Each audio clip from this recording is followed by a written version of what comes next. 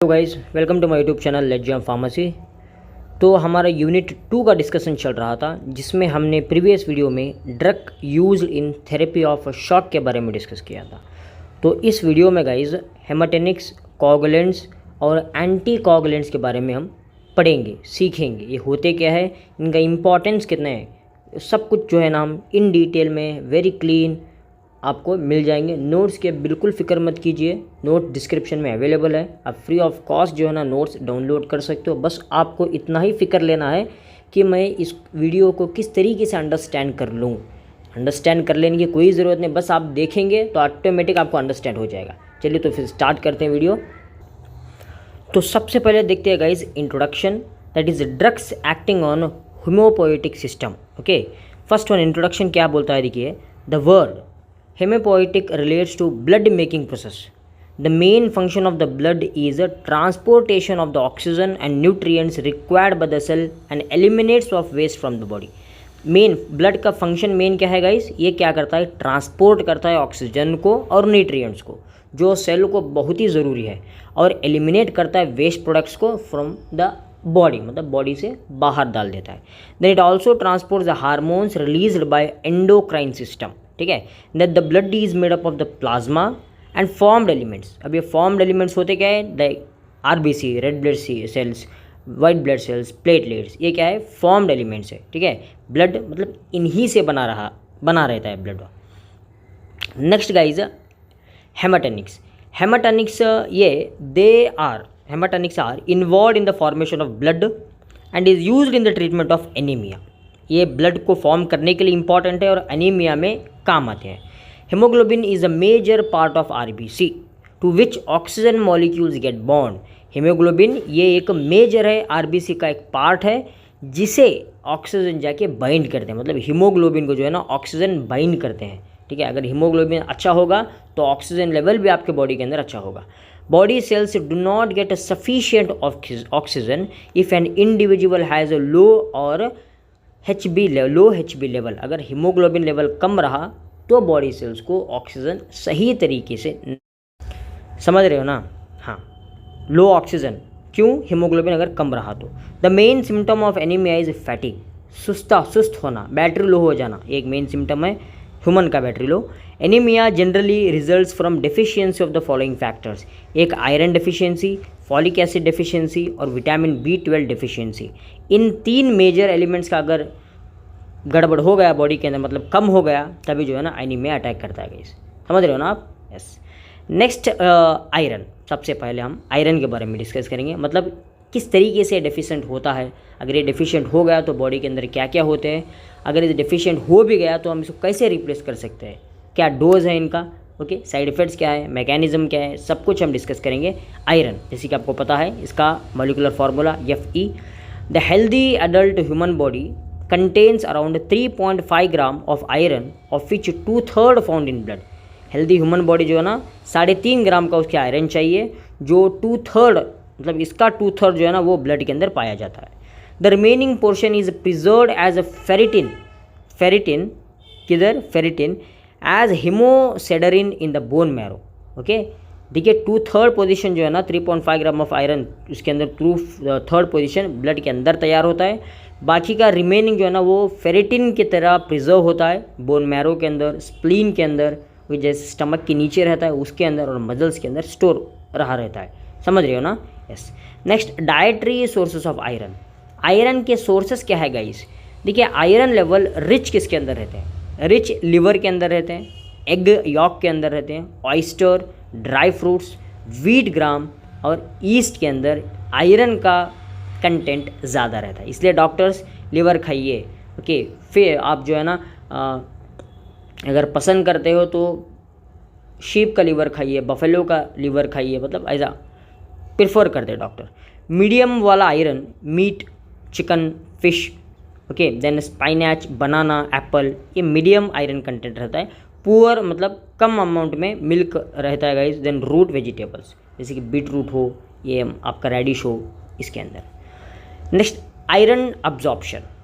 It's absorption occurs all over the intestine but majority on the upper part. ऊपर part मतलब जिजुलम पर, okay, जुजुलम duodenum part पर इसका absorption maximum रहता है guys. Dietary iron is present either as haem और as an inorganic iron.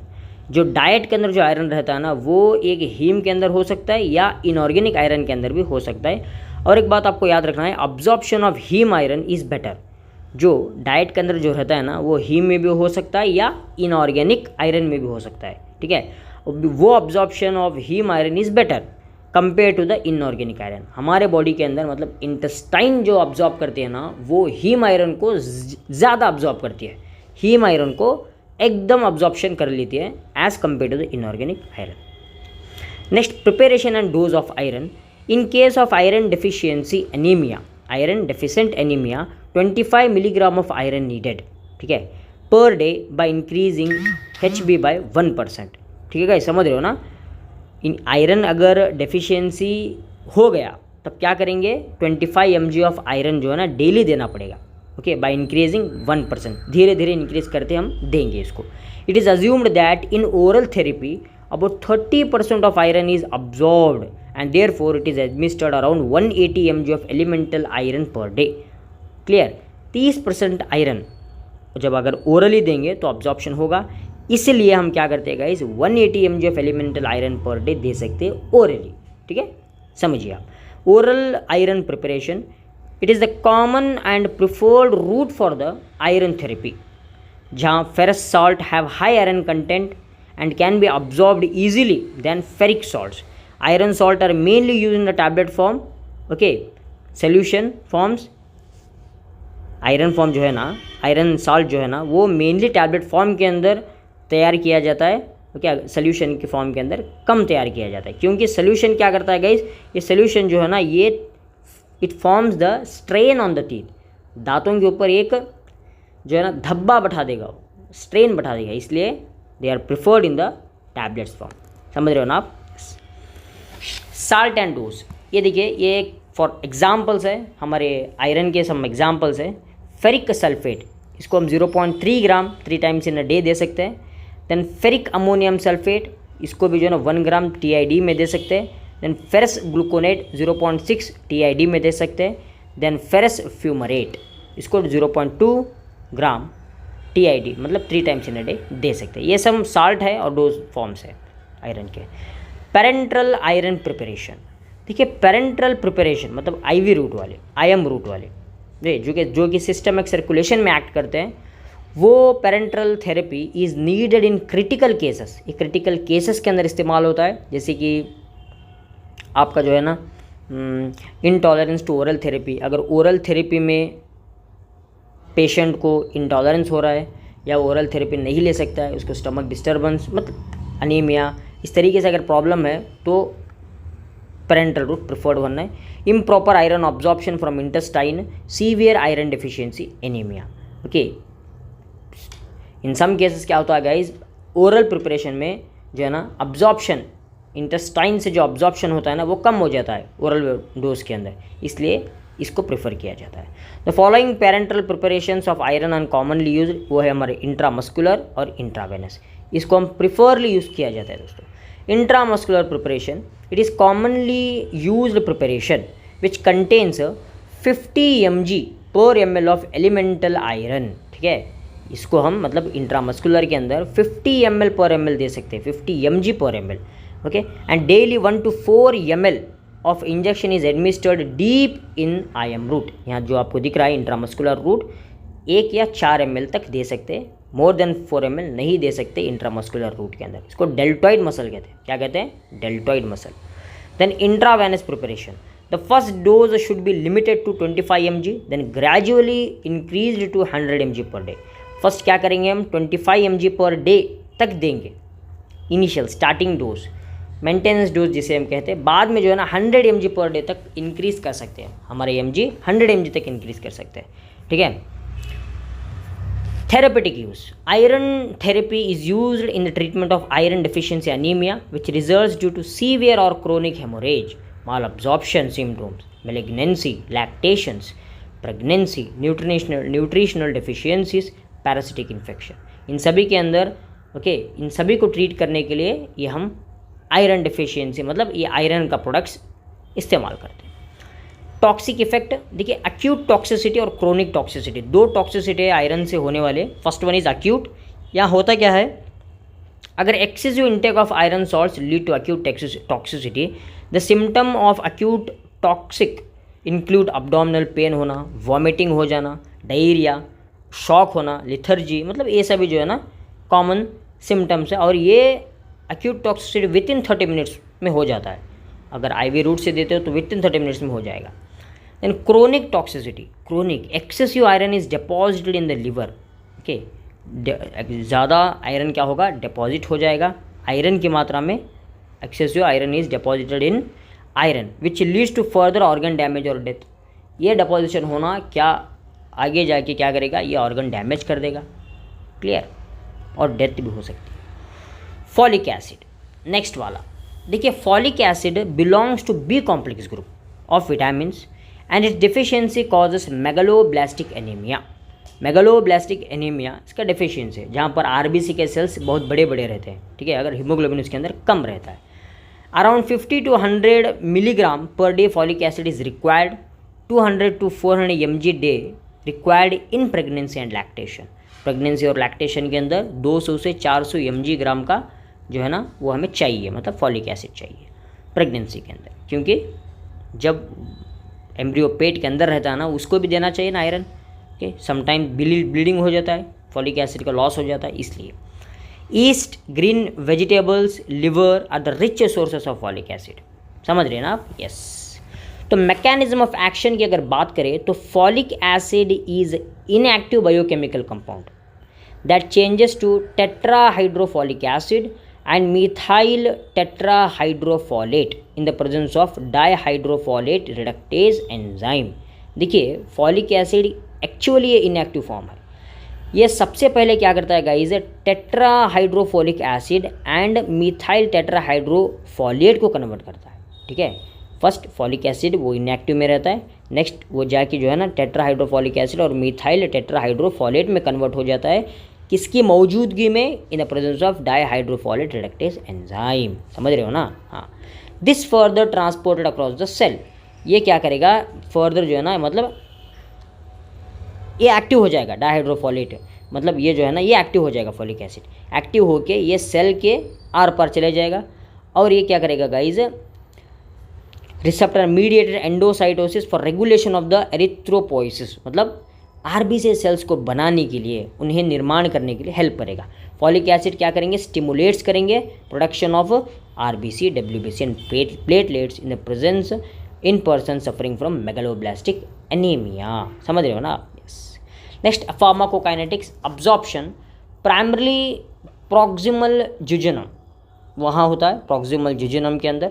Folic acid is present in food as a polyglutamates, folic acid हमारे खाने के अंदर ग्लूटामेट्स में रहता है। इन द ल्यूमेन और inside the lumen they are hydrolysed to monoglutamates, के मोनोग्लूटामेट्स के अंदर इसको कन्वर्ट किया जाएगा बिफोर एंटरिंग पोर्टल सर्कुलेशन के अंदर जाने तक इसको मोनोग्लूटामेट्स में ही रहना है। Users of folate deficiency guys, haemolytic anaemia, then methotrexate induced anaemia, मतलब ये सभी एनीमिया को दिया जाता है। मेगालोब्लास्टिक एनीमिया तो प्रिफर्ड वन है। Then methanol deficiency, okay, methanol deficiency में भी इनको दिया जाता है। नेक्स्ट एडवर्स इफेक्ट्स की अगर बात करें तो guys adverse effects are very rare in injectable and oral preparation, okay. अगर लार्ज डोज देंगे तब क्या होगा, anti epileptic effect of the phenytoin, fits हो सकता है, एलर्जिक सेंसेशन हो सकता है, फ्लशिंग या इरिटेबिलिटी भी हो सकता है, okay.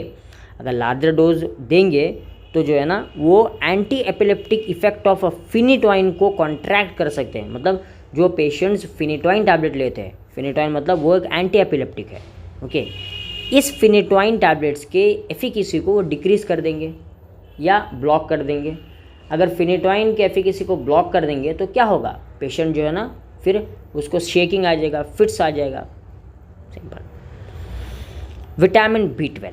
Vitamin B12 is a cobalamin family, it is also called cyanocobalamin, ठीक है। Various cobalamin are present but are not beneficial as vitamin B12 जैसे बेनिफिशियल नहीं रहते guys. Vitamin B12 primarily use in the treatment of pernicious anaemia. Okay, ये भी एक प्रकार का एनीमिया है जिसमें विटामिन B12 की डिफिशियंसी रहती है। मेनली जो है ना इसका टंग कलर जो है ना चेंज हो जाता है, आप दिख रहे हो, देख ही रहा होगे आप स्क्रीन के ऊपर। Sources around 0.6 to 1.2 milligram of vitamin B12 is required per day and it's mainly stored in liver. ये विटामिन B12 लिवर के अंदर मेन स्टोर हुआ रहता है गाइस, और इसका नॉर्मल डोज मतलब नॉर्मल बॉडी के अंदर इसको 0.6 से 1.2 mg पर डे तक लेना है फूड सोर्स से।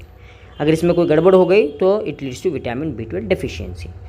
नेक्स्ट एनिमल प्रोडक्ट्स, इसको जो आप दिख रहे हैं ना, animal products including fish, meat, eggs, milk and milk products, इनके अंदर जो है ना good sources of the vitamin B12 आपको मिल जाएगा। Mechanism of action in the body, vitamin B12 is used in the following two forms के अंदर बॉडी के अंदर इसका इस्तेमाल होता है guys. First one is methyl cobalamin. This form of vitamin B12 is used as the cofactor, okay, by methanione synthetase enzyme which is involved in the conversion of the homocysteine into methionine। देखिए ये methionine synthetase enzyme जो दिख रहा है ना, ये very important है होम्योसिस्टीन को मिथियोनाइन के अंदर कन्वर्ट करने के अंदर। ओके, ये हो गया हमारा इंपॉर्टेंट वन। अगर मिथियोनाइन के अंदर कन्वर्ट होगा तभी तो जो है ना ये विटामिन B12 को अब्जॉर्ब कर लेगा। आगे देखते हैं, in tissues vitamin B12 changes to coenzyme methyl cobalamin which is needed for conversion of the methyl malonate to succinate. ठीक है, इन टिश्यूज़ के अंदर ये विटामिन B12 क्या करेगा, विटामिन B12 जो है ना चेंज हो जाएगा मिथाइल कोबालामाइन। ओके, ये जो है ना आगे जाके मिथाइल मेलोनेट से ससिनेट को कन्वर्ट कर देगा। ओके, ये ससिनेट जो है ना सिंथेसाइज करेगा मिथियोनाइन फ्रॉम होम्योसिस्टीन को, मतलब मिथियोनाइन फ्रॉम होम्योसिस्टीन को। देन दिस जो है ना very important for the extraction of the haemoglobin. Okay, घूम फिर के आप उधर ही आ गए, बस इतना याद रखिए, हीमोसिस्टीन से मिथियोनाइन को कन्वर्ट होगा तभी तो जो है ना हीमोग्लोबिन प्रिपेयर होगा, अगर तब तक हीमोग्लोबिन नहीं प्रिपेयर हो सकता। नेक्स्ट है 5-deoxy adenosyl cobalamin. 5-deoxy adenosine cobalamin, it act as a cofactor for L-methyl malonyl coenzyme A mutase enzyme, okay, which changes L-methyl malonyl coenzyme A to succinyl coenzyme। बस इतना main point याद रखिए, ये methyl malonyl coenzyme A mutase enzyme करते क्या हैं, ये change करते हैं यल मिथाइल मेलोनिल कोएंजाइम ए को ससिनाइल कोएंजाइम में। ये ससिनाइल कोएंजाइम ए जो है ना गाइज, ये वेरी इंपॉर्टेंट है for the production of the haemoglobin. समझ रहे हो ना आप? Pharmacokinetics, absorptions, stomach and duodenum release vitamin B12। Okay, intrinsic factors like a specific glycoprotein is secreted by the parietal cells of the stomach, combines with the vitamin B12 and get absorbed in the ileum। Ileum के अंदर जो है ना इसका absorption होता है, बहुत ही simple है गाइज। स्टमक और डियोडेनम जो है ना ये विटामिन B12 को रिलीज करेंगे। ठीक है, intrinsic factors is secreted by the parietal cells, मतलब स्टमक से इंट्रेंसिक फैक्टर सिक्रेट होता है, वो इंट्रेंसिक फैक्टर्स विटामिन B12 के साथ जाके कंबाइन हो जाता है, कंबाइन होके इलियम के अंदर अब्जॉर्ब हो जाता है। Next, liver stores vitamin B12, इसका स्टोरेज तो मालूम है हमें। Hepatic stores for 5 years if the absorption by intestine is stopped. Okay, liver 5 साल तक इसको अब्जॉर्ब मतलब स्टोर कर सकती है अगर इंटेस्टाइन स्टोर करना स्टॉप कर दे तो, मतलब अगर इंटेस्टाइन में अगर कुछ गड़बड़ या कुछ इन्फेक्शन कुछ प्रॉब्लम आ गया तब जो है ना लिवर इसको स्टोर करती है। It get excreted in the urine. Therapeutic uses की बात करें तो guys, pernicious anaemia, yes, malabsorption syndrome, then neurological conditions इसको भी देते हैं, देन साइकेट्रिक डिजॉर्डर्स के अंदर भी दिया जाता है, साइकेट्रिक डिजॉर्डर्स के अंदर, नर्वस प्रॉब्लम के अंदर। Adverse effects, rash, fever, itching, then hypokalaemia, इसको इचिंग से कॉमा डाल देना इधर, hypokalaemia, pulmonary oedema, okay, lungs के अंदर पानी भर जाना, उन सभी को मतलब ये सभी जो है ना एडवर्स इफेक्ट्स है। नेक्स्ट बात करते हैं कोगुलेंट्स की। ये हो गया हमारा सबसे मतलब हीमोग्लोबिन का पूरा हो गया, मतलब हेमाटोनिक्स के बारे में हमने डिस्कस कर लिया, हेमाटोनिक्स के अंदर होते क्या है, क्या होना चाहिए, सबको डिस्कस कर लिया हमने। अगर डिफिशियंसी हो गया तो क्या क्या दे सकते हैं। नेक्स्ट हमारा इंपॉर्टेंट है that is coagulants. Coagulants are agents that help in the coagulation of the blood and given in the haemorrhagic conditions. Coagulation मतलब खून को घट करवाना, ब्लीड हो रहा है, ब्लीडिंग कुछ तो स्टॉप करना ही करना है, अगर ब्लीड नहीं स्टॉप होगा तो क्या होगा, ब्लड लॉस हो गया, डेथ हो जाएगी पेशेंट की। Blood coagulation is important to prevent blood loss from damages of blood vessels. Yes, disorders of the blood coagulation result in excessive hemorrhage or thrombosis. These are the drugs which prevent the coagulation. Okay, coagulation क्या करते हैं guys, मतलब ये drugs जो है ना clot करते हैं, इसलिए इन्हें कोगुलेंट्स कहा जाता है। ठीक है, एक्सेसिव हेमोरेजिक और थ्रोम्बोसिस। ओके, यही ड्रग्स है जो प्रिवेंट करते हैं, मतलब ब्लीडिंग को प्रिवेंट करते हैं, क्लॉट फॉर्म करके। आपको दिख रहा होगा स्ट्रक्चर में। क्लासिफिकेशन, विटामिन के एक इम्पॉर्टेंट क्लासिफिकेशन है, दैट इज़ अगर एग्जांपल की बात करें तो फाइटोनाडायोन, देन मिननडायोन,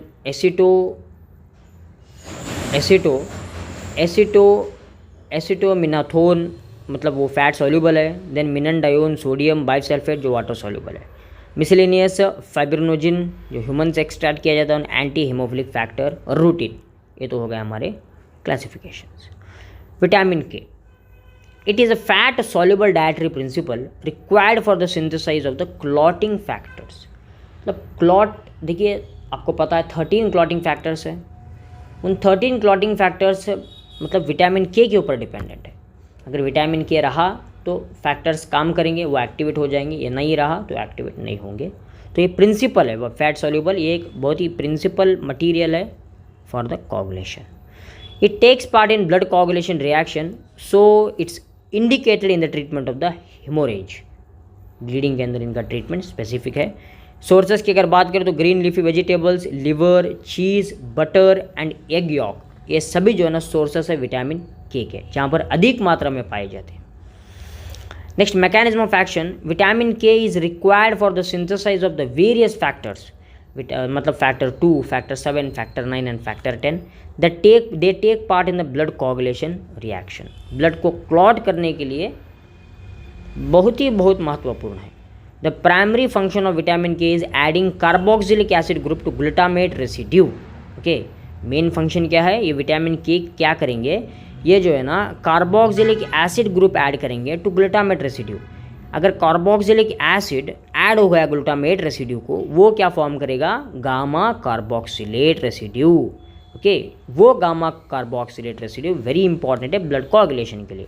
ओके, जो हेल्प करता है binding to calcium ions which proceeds the cascade process in coagulation. Okay, समझ रहे हो ना, गामा कार्बोक्सिलेट क्या करता है, हेल्प करता है कैल्शियम आयॉन्स को बाइंड करने के लिए। ये कैल्शियम आयॉन्स वेरी इंपॉर्टेंट है फॉर द कैस्केड प्रिंसिपल, मतलब प्रोसेस इन द कोगुलेशन में हेल्प करता है। थेरेपेटिक यूजेस की अगर बात करें विटामिन के की, ये प्रोलॉन्ग्ड एंटी माइक्रोबियल थेरेपी में देते हैं, ऑब्स्ट्रक्टिव जॉन्डिस में भी दिया जाता है, overdose of the oral anti coagulants. अगर हम एंटी कोगुलेंट्स देते हैं, ज़्यादा अगर एंटी कोगुलेंट्स देंगे तो क्या होगा, ब्लड जो है ना थिन होके ब्लीडिंग होना स्टार्ट हो जाएगा, यूरिन से हो या मतलब ब्लड ऐसे बाहर जाने लगेगा, तभी इसको दिया जाता है, that is coagulants. Adverse effects, large doses of menadione may cause the haemolytic anaemia, then hyperbilirubinaemia and kernicterus in newborn, mainly in the premature infants. Okay, kernicterus का फॉर्म होना और हाइपर बिलिरुबिनेमिया, ज़्यादा bilirubin का secretion होना, ये सब भी जो है ना एडवर्स इफेक्ट्स हैं। फार्माकोकाइनेटिक्स, ये हमारा vitamin K it is absorbed in the jejunum and ileum, जो हमारा स्मॉल इंटेस्टाइन के पार्ट है jejunum. Okay, next, vitamin K is taken up and stored in liver but does not undergo metabolism in liver. Vitamin K metabolise तो नहीं होंगे, मतलब store होंगे liver के अंदर, और ये excreted in faces and urine के अंदर एक्सक्रीशन इनका होता है। Preparation, first one is vitamin के, जिसको हम फाइटोमिननडायोन भी कहते हैं। It is a natural form vitamin and works with in 12 hours, 12 घंटों के अंदर काम करता है। and it can be given through IV route, IM route, subcutaneous route and oral routes. It should be given slowly in case of IV route. अगर आप फाइटोबिनेंडाइन को दे रहे हो, अगर इसको प्रिफर्ड कर रहे हो एज अ कॉगुलेंट, तो अगर इसको IV रूट में दे रहे हो तो बहुत ही स्लोली इसको देना है. Other drugs, fibrinogen, it is a soluble component of the human plasma. On addition of the thrombin it form the fibrin which helps in the coagulation. के मतलब धागा जैसा फॉर्म कर देगा, वही धागा जो है ना वो ब्लॉक कर देगा ब्लड को मतलब फ्लो होने से. Anti haemophilic factor, it is a freeze dried powder having the factor 8 obtain from the human plasma. वो फैक्टर 8 जो कि वेरी इंपॉर्टेंट है, किस लिए? क्लॉट फॉर्म करने के लिए. It is used in patients with haemophilia. Haemophilia एक ऐसा कंडीशन है जहाँ सीवियर ब्लड लॉस होता है. अगर एक बार अगर कट लग गया आपको तो वो कट जो है ना ब्लड स्टॉप नहीं होगा, उधर से ब्लीडिंग स्टॉप नहीं होगा. क्यों? Because of this factor 8 deficiency. तभी हम इसको एंटी हीमोफिलिक फैक्टर मतलब ये ड्रग्स को दिया जाता है. ठीक है. Thrombin, it is a enzymatic preparation. ये एंजाइम वाला प्रिपरेशन है. It changes fibrinogen to fibrin. Fibrinogen से फाइब्रिन थ्रेड्स में कन्वर्ट कर देता है. एंड टॉपिकली इसको used in the treatment of haemorrhagic from the puncture sides. Okay, मतलब ऊपर टॉपिकली इसको देते हैं अगर किसी भी प्रकार का ब्लीडिंग हो रहा है. ओके, तभी इसको दिया जाता है. स्नेक वेनम्स, वेनम और of Russell viper and copperhead snake is use as a coagulant. इनका जो सांप का जो वेनम रहता है ना, ओके, इसको भी जो है ना एज अ कोगुलेंट की तरह इस्तेमाल करते हैं, जो कि वेरी रेयर है क्योंकि ये बहुत कॉस्टली रहते हैं वेनम्स. गाइस, नेक्स्ट है हमारा anti coagulants. Anticoagulants are agents used to decrease the coagulation ability of the blood. ये जो है ना ये करते क्या है, जस्ट अपोजिट है कोगुलेशन को. कोगुलेशन के अंदर होता है क्या है, ब्लड को क्लॉट किया जाता है. एंटीकोगुलेंट्स के अंदर क्या करते हैं, ब्लड को क्लॉटिंग से बचाया जाता है. ये क्यों ज़रूरत है हमें एंटीकोगुलेंट्स की ज़रूरत किस लिए? देखिए, जाहिर सी बात है, अगर मतलब ब्लड अगर ब्लीड होगा तो हम क्या उसको फिर से ब्लीडिंग करेंगे? ओके, अगर आपको एक कुछ मगर स्क्रैच लग गया, स्क्रैच लग जाएगा तो क्या होगा, ब्लीडिंग हो जाएगा. उसको रोकने के लिए हम कोगुलेंट देते हैं. फिर एंटी कोगुलेंट की किस लिए ज़रूरत पड़ी, बताता हूँ मैं आपको. एंटी कोगुलेंट्स ये ऐसे ड्रग्स है गाइस, मतलब अगर क्लॉट बन भी गया, अभी ये बाहर का नहीं है, ये इंटरनल क्लॉट्स है.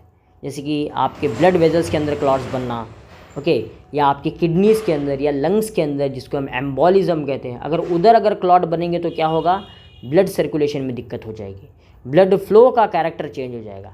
इसलिए उन क्लॉट्स को हटाने के लिए इन एंटीकोगुलेंट्स को दिया जाता है.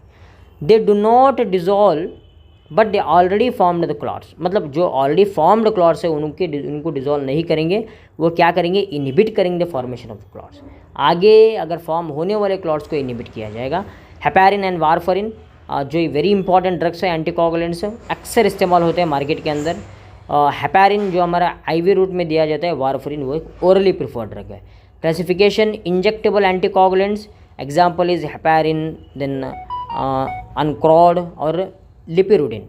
ओरल एंटीकोगुलेंट्स के अंदर warfarin, dicoumarol, then acenocoumarin, then phenindione. ये वारफरिन एक कॉमेरिन डेरिवेटिव ही है हमारा. Next guys, first one is injectable anticoagulant, जो इंजेक्शन के अंदर दिया जाता है. That is heparin is a strong anticoagulant which is naturally found in human blood cells. Okay, इस हेपारिन आपको पता ही होगा, हमारे बॉडी के अंदर ब्लड जो है ना, हाँ, वो ब्लड एक्चुअली क्लॉट होना चाहिए, ब्लड क्लॉट होना चाहिए. अभी विदाउट क्लॉटिंग ब्लड किस तरीके से फ्लो होता है बॉडी के अंदर, विया सिस्टमिक सर्कुलेशन. क्लॉट ही नहीं होता इनसाइड द बॉडी ब्लड. किस लिए? Because of this heparin. Heparin ये मास्ट सेल्स के अंदर रहता है गाइस, और बेसोफिल्स, ओके, इनके अंदर रहता है, जो ब्लड क्लॉट करने से बचाता है, मतलब क्लॉट होने नहीं देता. ठीक है, समझ रहे हो ना? Yes. It is synthesised in liver. Liver के अंदर इसका सिंथेसाइज होता है मास्ट सेल का. It is synthetically available as heparin sodium, low and high molecular weight heparin. अगर हेपारिन का मात्रा कम हो गई बॉडी के अंदर, अगर इसका सिंथेसाइज कम हो गया तो बाहर से दिया जाता है, जो कि हेपारिन सोडियम के फॉर्म में मिलता है, लो या high molecular weight of the heparin sodium. समझ रहे हैं ना? Yes. Next, mechanism of action. इसका हेपारिन मतलब इंजेक्टेबल फॉर्म्स के मैकेनिज्म ऑफ एक्शन होते क्या है guys, heparin binds and potentiates the activity of the plasma antithrombin. ठीक है, ये क्या करेंगे, ये activity of the plasma antithrombin, मतलब एंटीथ्रोम्बिन मतलब थ्रोम्बिन को फॉर्म करने नहीं देंगे। ठीक है, ये heparin which forms a stable complex to prevent clot prevent करने के लिए मदद करेगा। In low concentration it prevents the conversion of the prothrombin to thrombin. कम कॉन्सेंट्रेशन के अंदर ये क्या करेंगे गाइस, ये प्रिवेंट करेंगे, किस लिए, for the conversion of the prothrombin to thrombin. Thrombin अगर नहीं होगा तो क्लॉट नहीं होगा। इतना ही सिंपल मैकेनिज्म आपको इधर दिख रहा है। हेपेरिन क्या करेगा, ये जो है ना एंटी थ्रोम्बिन को फॉर्म करेगा, मतलब एंटी थ्रोम्बिन क्या करेगा गाइस, ये थ्रोम्बिन को फॉर्म करने नहीं देगा। अगर थ्रोम्बिन नहीं फॉर्म होगा तो फाइब्रिन में नहीं फॉर्म होगा, अगर फाइब्रिन ही नहीं फॉर्म होगा तो क्लॉट भी नहीं होगा। Simple mechanism. Hence heparin inhibits the thrombin formation. Yes, it has a antiplatelet action and increases the bleeding time. Bleeding time भी इंक्रीज कर देता है। Pharmacokinetics, heparin is given parenterally by IV route और subcutaneous routes. It's having half-life of 1 to 1 hours. It is a metabolized in liver.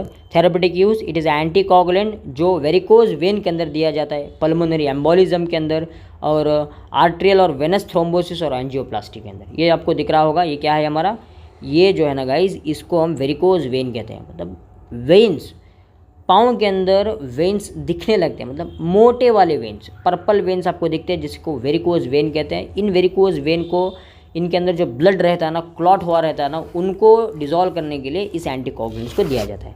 और heart के अंदर अगर blood से कोई क्लॉट हो गया तभी जो है ना इसको ठीक करने के लिए दिया जाता है।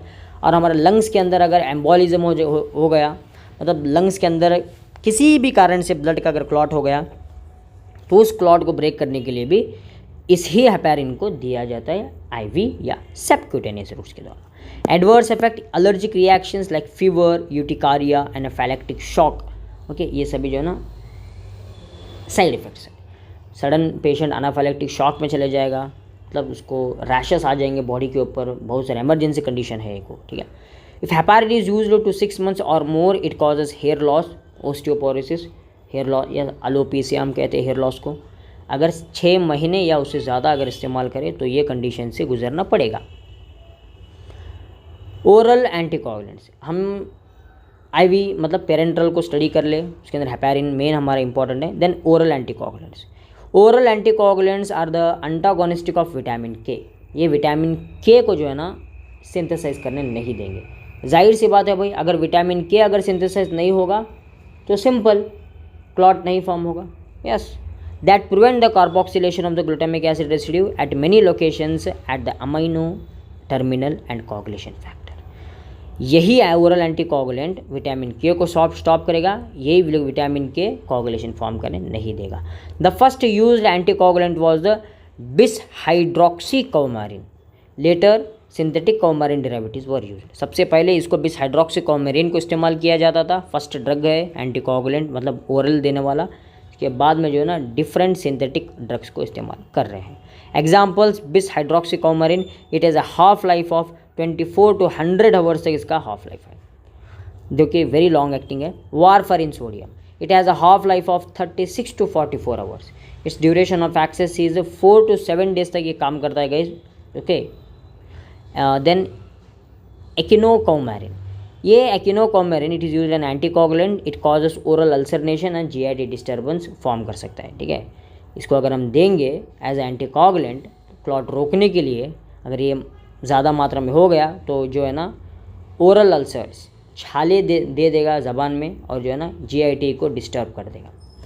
Mechanism of action, coumarin derivatives they act as a competitive antagonist of vitamin K, और वो इनहिबिट कर देंगे synthesis of the factor 2, 7, 9 and 10, जो कि वेरी इंपॉर्टेंट है कोगुलेशन के अंदर।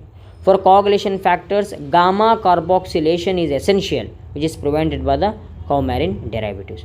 कोगुलेशन के लिए ये जो हमारा गामा कार्बोक्सिलिन जो है ना ये वेरी इंपॉर्टेंट है, जो प्रिवेंट किया जाता है कौमारिन डेरिवेटिव से, तो वारफरीन हो या बिसहाइड्रोक्सीकौमारिन हो, इन्हीं से सब कुछ ओरल एंटी कोगुलेंट से। Pharmacokinetic, they are well absorbed orally, Peak plasma level is obtained within 2 to 8 hours. They are 90 to 99% bound to plasma. Warfarin is metabolized in liver के अंदर इसका मेटाबोलाइज होता है. Then warfarin is primarily eliminated as metabolites by glomerular filtration. In the kidneys के अंदर जो है ना इसका मेटाबोलाइज होता है, लिवर में, सॉरी क्या बोलते हैं उसको, यूरिन के अंदर. Therapeutic uses pulmonary embolism, deep vein thrombosis, then atrial fibrillation, primary pulmonary hypertension.